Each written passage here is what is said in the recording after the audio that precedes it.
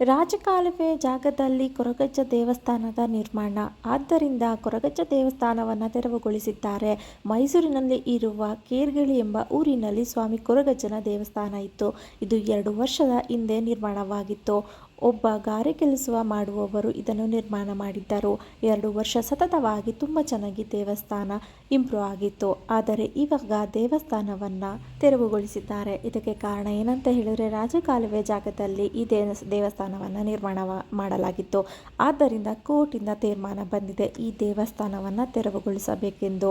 ಇದರಿಂದ ಭಕ್ತಾದಿಗಳಿಗೆ ತುಂಬಾನೇ ಬೇಜಾರಾಗಿದೆ. ನೊಂದು ಬಂದ ಭಕ್ತಾದಿಗಳಿಗೆ ಕೈ ಹಿಡಿದು ಸ್ವಾಮಿ ಕೊರಗಜ್ಜ ನೆಮ್ಮದಿಯನ್ನು ನೀಡುತ್ತಿದ್ದರು. ಇನ್ನು ಮುಂದೆ ದೇವಸ್ಥಾನ ಈ ಜಾಗದಲ್ಲಿ ಇಲ್ಲ ಎಂಬ ಬೇಸರ ಎಲ್ಲ ಭಕ್ತಾದಿಗಳಿಗೂ ಉಂಟಾಗಿದೆ.